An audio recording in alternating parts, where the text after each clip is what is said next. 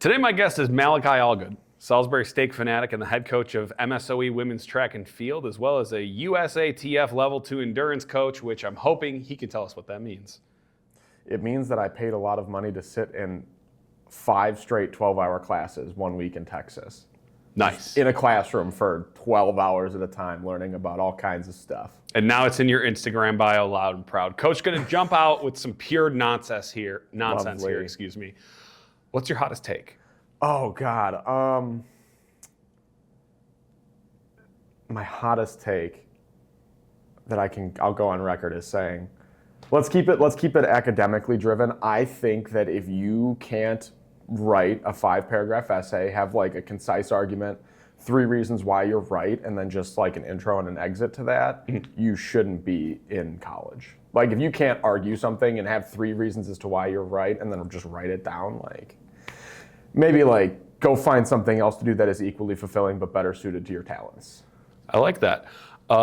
Even harder, what's your coldest take? What's the most agreeable take you have? The most milquetoast idea? Oh.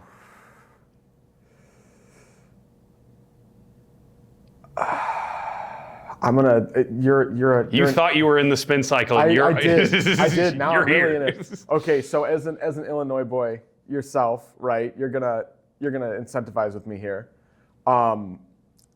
With the recent retirement of Derrick Rose's jersey, right? Mm-hmm. Sure, he played for the Bulls, but like that man played for the city of Chicago. Mm-hmm. He was a greater impact to the city than he ever was to the organization. And I think pretty much everybody who has eyes, ears, and a brain will agree with me on that. Okay, that's the take. That's the take, yeah. Oh, yeah. Good one. How has it been adjusting to being the head coach of track and field after coming from a mostly cross-country focused background? Are there any hurdles that you didn't foresee? Is there anything cool you never realized about track and field? That was good. I like that. I like this like between one fern thing we got going on. I was calling it a round one fern. Oh, a round one fern. A round one fern. This is my fault. Thank you. I might have to retire it because I've been just waiting for someone to acknowledge our lovely plant here. This might be the social clip now. Good job. Get a table. That's not in the budget. What are we talking about?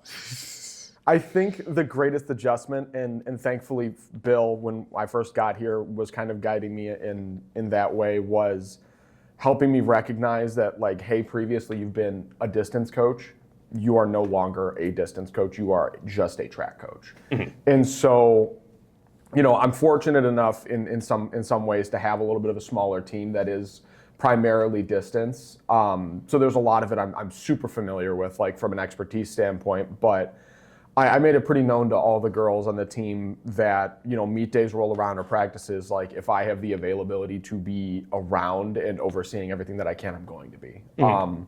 I work with all of the running events, so those are things I will directly oversee. Mm-hmm. And then we obviously have Jerica for the jumps and Connor for the throws, and so I'll just manage them from a little bit more of a middle management standpoint, I guess. Don't want to be too many cooks in the kitchen type thing. Don't want to meddle in what they know. Correct. And so when, you know, if there's a day the distance runners are out on recovery or the sprinters are doing a strength circuit, they don't necessarily need me overseeing everything, then I'm just going to be hovering back and forth between those two and sort of offering ancillary advice, just checking in with the girls, seeing how they're doing. I really do try to make my presence known and just trying to always learn as much as humanly possible. A lot of it boils down to like me coming up and saying, okay, what does Coach Connor want you focusing on right now? Like, what does Coach Jerica want you focusing on? And then I can also look for that and help them in a way that is not micromanaging, but is still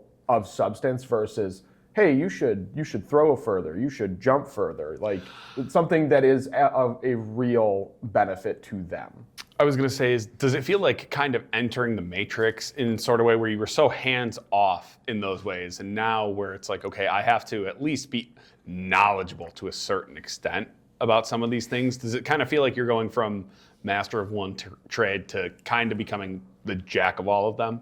Yeah, and I think that's part of like a worthy challenge. I think it's a lot of fun getting to see that stuff, and it's also a lot of fun that as I get to understand more of the like day-to-day nuances of the events that I'm a little less familiar with. I was going to say not grow your appreciation. Appreciation doesn't feel like the right word, but you're Right. getting where I was. Yeah. And I think it gives me the ability to celebrate on a deeper level with them. Like I'm able Yes. to advocate for them better, and I'm able to really be there and be present. And something I really try to be on top of on meet days too, because I'm not really ever in one place. Is I'll keep an eye on the live results, and I'll be the first one to text in the team chat if there's a PR and the kids aren't nearby. And so like, if something happens over at throws and I'm on the track and I have a free minute and I see it, like I'll just drop it in there so the entire team knows, regardless of where they may be in the facility at any given time. So now this could be me missteering the ship here, but I usually try to somehow shoehorn in like a NASCAR question in every interview I do. Perfect. And correct me, but when you are at a track meet, kids aren't just in uniform. They do have an identifier of their name, a name tag, like a marathon I'm picturing, right? Or am I incorrect in making that assumption? Occasionally. Is it just the uniform mostly? So there's been kind of a shift to more of a named bib for the longer events. Generally, like the sprinters will have just hip numbers or chest numbers. Sure. Because they'll stay in lane. But anything that exits the lane and goes into lane one as part of a break will have, their last name and then like just an overall athlete number. So if a distance runner is running multiple events, they'll just wear the same bib. So you're like halfway there. You're closer than you thought you'd be. Yes. So into that, I had a great branding track opportunity, multi-million-dollar question with Bill. And my question to him was, why don't they run more track cross-country events at horse tracks, at race car tracks? Because he's like, there's 2.5 mile tracks that won't work, but short tracks, even road courses, I think that's a big opportunity. You can sell a lot of tickets. I think that's a spectacle to go see. Why haven't teams just adopted jersey numbers like other sports? Dude, I wish. Like, for example, Oregon is a prolific track team. I believe Arkansas has or had a prolific track team. Wouldn't their top guys be moving some merch? Wouldn't the Oregon 13 cross-country shirtsy, in theory, get some sales? Like, wouldn't that be a good way to make it a little bit individualized? And I know it's team sport, slippery slope. You don't want to individualize it too much. But I think one of the knocks on some of the Olympic sports, if you will, from a viewer perspective, is they don't have the star power of the NHL, the NBA. And I'm just trying to get them there. I'm just trying to help. Is that an outrageous? I see you, and I'm going to raise you one more. I think that college running should take a very similar route to what the NBA did 7 or 8 years ago. Brand patch. Right? If there's a company that the university or the college works with, or if there is a specific sponsorship that's willing to put in a little bit of money for marketing, like let the university rep that. You'll see it a lot with the apparel, obviously. Like we're a Nike school, and so you'll see the Nike swoosh on us, and then championship jerseys might have the conference logo on it. Dude, let's ramp it up. Like let me get some kind of Johnson Controls. Yeah, perfect. Generac. Oh my Lego. gosh. Lego, yeah, let's get a Lego sponsorship. That'd be awesome. I love Legos. Yeah, like come on, I like that. Normally I'm would be anti-advertisement on jersey, but tastefully done, totally tastefully okay. done. Like all the Seattle teams have Nintendo, I believe. Yeah, because Nintendo, I believe, at least partially owns the Mariners in some fashion. So that's cool. But like, as a White Sox fan, going from the cell to guaranteed rate field, and now just rate field, you can lose a lot of aura. I don't care. You can lose a lot of aura with bad I don't care what brand. anybody tells me. I don't care what the truth is. Just like with the Sears Tower, it's always going to be Comiskey to me. I don't care. No one's ever going to change that. And that's all that matters. That's my hottest take. It's never going to be anything but Comiskey to me. That might be the most middle of the road take between the two spectrums.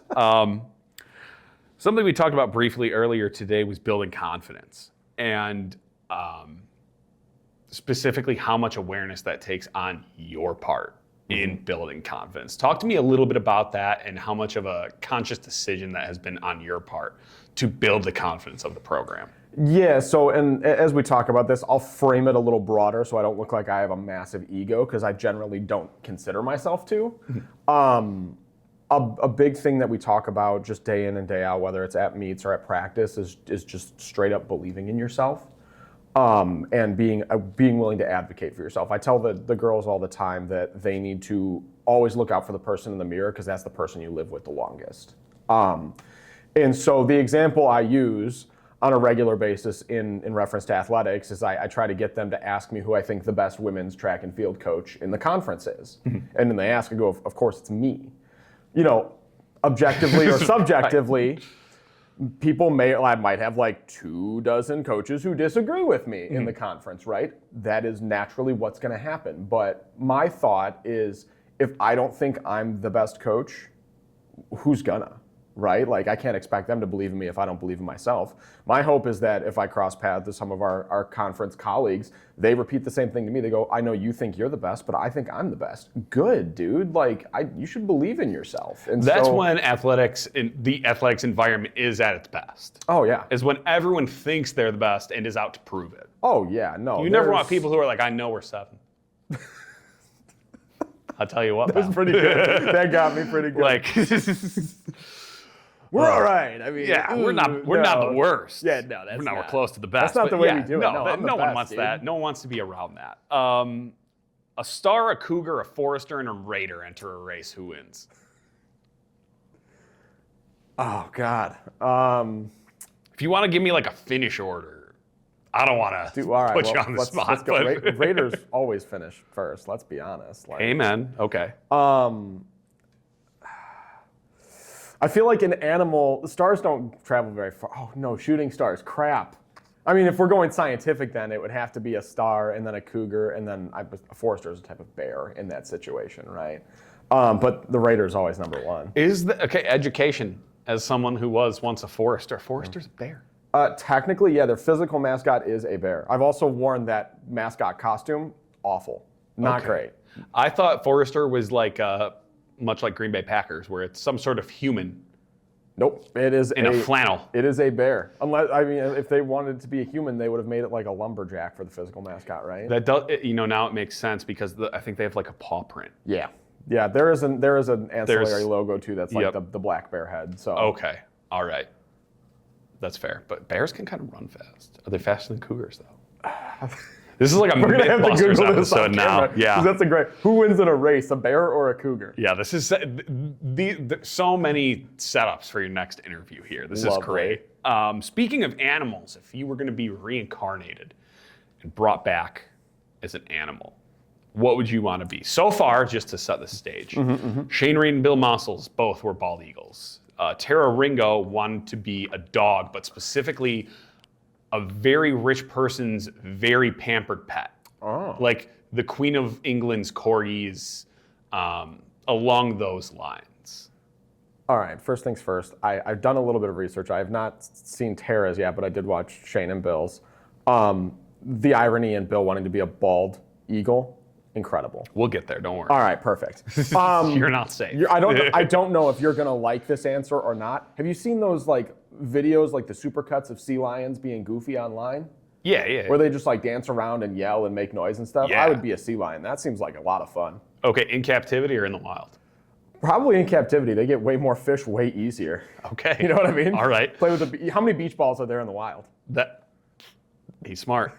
He's asking the right questions. If you were going to come back as an inanimate object, what would that be? All right, you're going to, again, bear with me here. I think so. I've talked with you and Seth off camera about how much I love Hot Ones because I love just the attention to detail and the ability to have a deep discourse, especially with people that they get asked questions all the friggin' time. Being able to hit them with questions, they're like, oh my God, like that's crazy. I would love to be one of the cutting boards that they put the wings on in Hot Ones. Because one, it would be cool to just be in that environment, and two, I love wings, and if you don't love wings, you're wrong. See, that's a very good answer. That's very unique. See, we were directionally correct because I said a pizza cutter in a pizzeria. Yeah. Mine was more from a place of narcissism, like what would you people be without me? The show stops and ends here. Sure. But at the same time, I'm very hands-on. I get to see everything that happens in the pizzeria. Everything has come through me. You know? So I feel like you're we're kind of in the, I'm just, like I said, more narcissistic. Got food on Mine's the brain. more ego-driven. It's lunchtime. Also, yeah. Well, so like, let me ask you, I've worked in a pizza place. Are you like a rolling pizza cutter? Or are you one of the big, like, half like swords? So here's the thing. I think, personally, if I'm going to be the inanimate object, I want to be the roller. More mobile. Makes sense. But if you're actually working in a pizzeria, the paddle is the move. Oh yeah, The paddle is much more efficient. You feel It's like better. ninja. You're getting a cleaner cut every single time. So that's a good question. It was a thought that crossed my mind, but ultimately I think if I am the pizza cutter, do the paddle, okay. But like, woo! If that's me, gliding across. Dude, gliding Greg, dude. Yeah, the pizza cutter. Come on.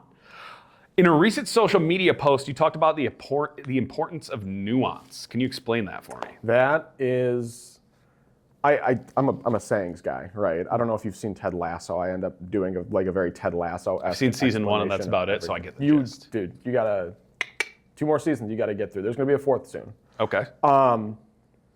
Nuance in my mind for what we do is, every athlete to a degree is obsessed with the result, right? Whether it's a win or a loss in a ball sport, or it's a PR in our sports or anything like that. It's always about the result, which is usually during the most fun part of the process. The hard part is the workload, right? Oh my gosh. And this is basically an ad break at this point. Usually I have to try to edit this out. Sometimes it works and sometimes it doesn't. Wow. And it worked that time. Alexa, play Closing Time by Semisonic. Amen to that. But nuance. nuance.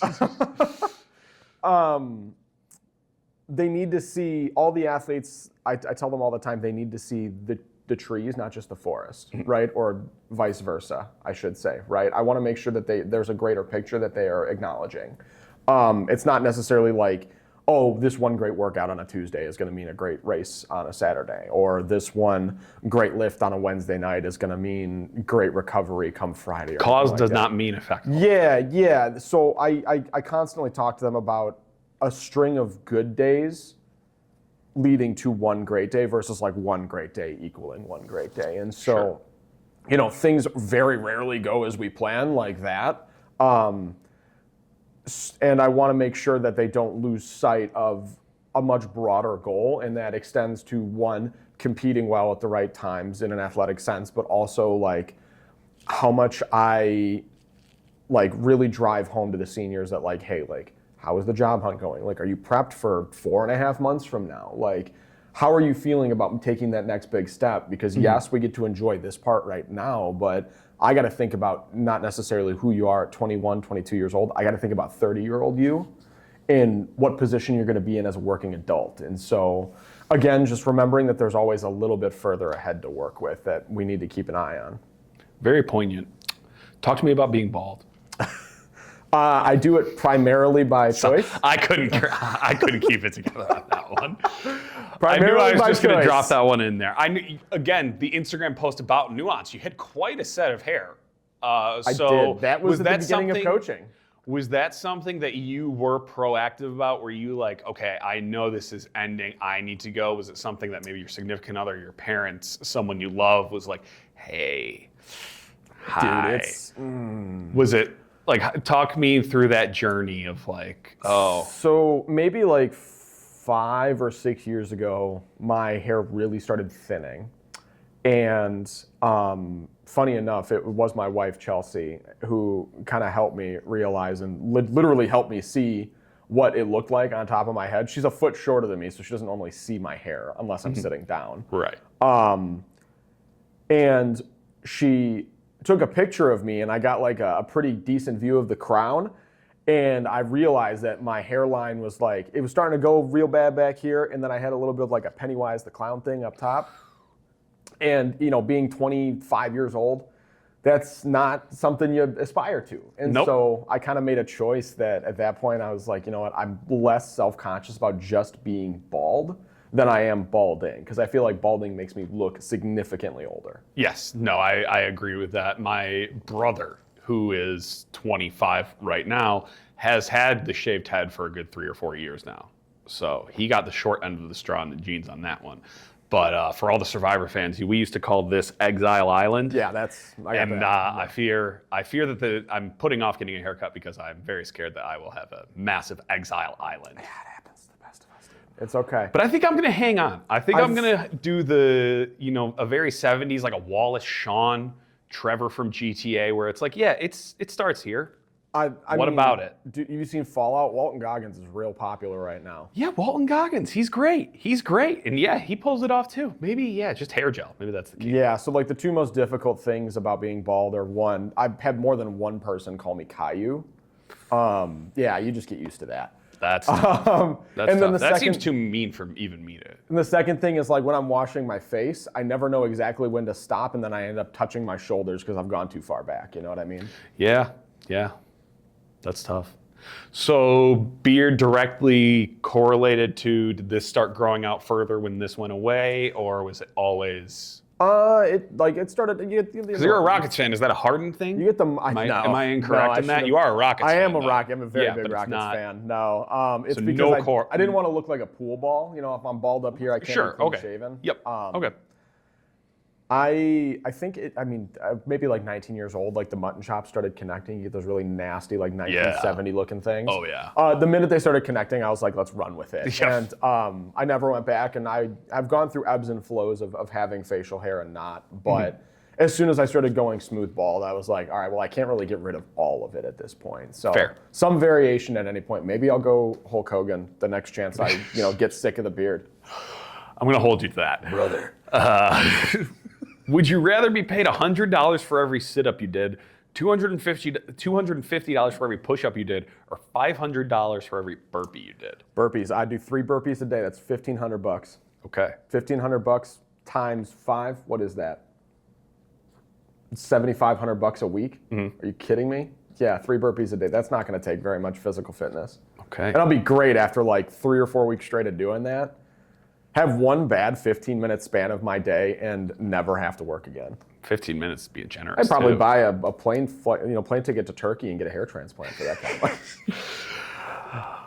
See, I was a sit-up guy, but you putting it that way and actually just being like, no, I'm just doing 3. But then in my head, okay, I'm going to do 50 sit-ups. I'm going to do 5 sets of 10. Mm-hmm. I'm going to crush you.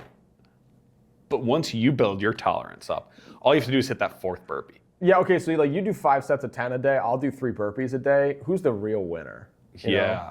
Who suffers less? We're both quitting our jobs if you get presented the opportunity. Yeah. I right? mean, why would I work when I could just do that? Right. Well, you would stay here. You would just go back to being just distance. Yeah, I would sacrifice all of my salary for our assistant coaches, and then I would just be here for free, just for funsies. Going back to the NASCAR part of the conversation, mainly going back to Whitewater this weekend. Whitewater, if I'm not mistaken, has bank to their track, or they have a flat track? We are flat. Okay. When there is banking on a track, do you prefer that? Do you think your athletes prefer that? I think the athletes do. The biggest lesson that I preach, especially with anything that goes around a curve, is that you have to lean if you're taller, right? And you have to push through, because one of the first rules of physics is when you change direction, you decelerate. Mm-hmm. The bank does it does mitigate that to a degree. Mm-hmm. It's a little bit of a hot topic in track and field, I believe, because there's more and more places kind of shifting towards bank tracks. Mm-hmm. But then it'll skew conference rankings, national rankings, because it's like, oh, this person ran this time on a bank track or a 300 meter like at GVSU, mm-hmm. or anything of that nature. And there's a whole mathematical conversion factor. So you got to prove that they can do it day of anyway on the same surface. And so I love them for the opportunity to race on them. I've been coaching teams previously where they've raced on bank tracks. It's a cool experience. But because there's not a greater accessibility to them, I don't necessarily know that it should be the standard. It should be the exception. Okay. It's like a treat. You can't go to McDonald's every day. How far away are we from getting the inversion of banking, where it's the other way? It's the other way around. Cone? Yeah, Are there special shoes that we need before we get to that? Because I'm thinking if you're just going fast enough, you'll hold on. but how fast you have to be Centripetal going. force? Yeah, like I think we are so far from that. that's a shame. I know, it's okay. I like the blue raspberry socks, by the way. Thank you. They're actually, they're turtles. They're not raspberries. You heard it here. Dude. Turtles. Lock Sea in. turtles, not blue raspberries. From afar. I have great eyes. I don't know how I didn't see that. Style, comfort, do you prefer to run in the baggier style running attire, or do you like everything locked in, tight, scuba suit style? I prefer not to run if I had the choice. However, because I'm lazy and old, I would say probably not like super tight, but a little bit slimmer fit. I'm not a huge You gotta be a little aerodynamic. Yeah, this You isn't a can't have drag. 1990s rap video. Like, I'm not Okay. Vanilla Ice. Okay. I don't do that. Okay, fair enough. Back to the actual team. The throws have been the backbone of this team for the past few seasons. Names like Jess Alderman, Josephine Jacqueline, Katrina, whose last name I can't pronounce, I apologize. hoping you would try. Kylie Crum. Who is most likely to knock the throwers off their pedestal at the top of the team this year? Who is poised to break out and get on that level? Out of all the throwers that we currently have? I'm saying out of the other events, who is most Ooh. likely to reach the level that the throws are at right now? And maybe pick up some more points for the Raiders in team events. She might be a year or two off still, but I have a lot of faith in our freshman hurdler, Tasha. Okay. Just because I think she could do a lot of damage at the conference level in both the short and the long hurdles. Sure. She's a really good 400 runner too at 18 years old. Like, she hasn't even had her 19th birthday yet. But there is a very big difference between being Natasha at 18 years old and being Jessa at 22 and having gone to nationals a handful of times already. And so I think she's a little bit further away, but I can see her doing a lot of really big things, both from a talent standpoint and just because she exemplifies just being addicted to working hard. Like, she just wants to run all the time. Maybe more than I would like at times. Sure. But I think that she's got a pretty bright future ahead of her. I like Lexi and Sophie's odds in the 800 all the time.